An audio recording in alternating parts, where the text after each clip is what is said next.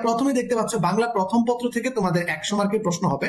এর ভিতর 50 নম্বর হবে হচ্ছে সৃজনশীল, বর্ণনামূলক প্রশ্নের জন্য 20 এবং বহু নির্বাচনীর জন্য 30। তার মানে দেখো ভাইয়া, তোমার এখানে সৃজনশীল থাকবে 5 সেট অবশ্যই, আর 3 সেট কিন্তু এখানে বর্ণনামূলক একটা অংশ নতুন অ্যাড হয়েছে 20 মার্কের, একটু ব্যতিক্রম আছে।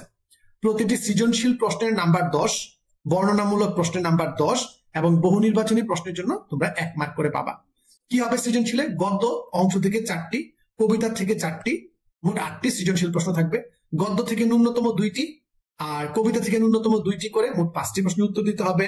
উপন্যাস থেকে সহপাঠ, মেনলি যে উপন্যাস অংশটা আছে সেখান থেকে 4টি বর্ণনামূলক প্রশ্ন থাকবে, 2টা প্রশ্নের উত্তর দিতে হবে। ক অংশের জন্য 3, খ অংশের জন্য 7, 2টা করে অংশ থাকবে। এই যে একটা পার্থক্য ক্রিয়েট করছে, একটু হাইব্রিড, বর্ণনা সৃজনশীলও আছে আবার সৃজনশীলও নাই, এই পার্টটা ক্রিয়েট করেছে বাংলার ক্ষেত্রে।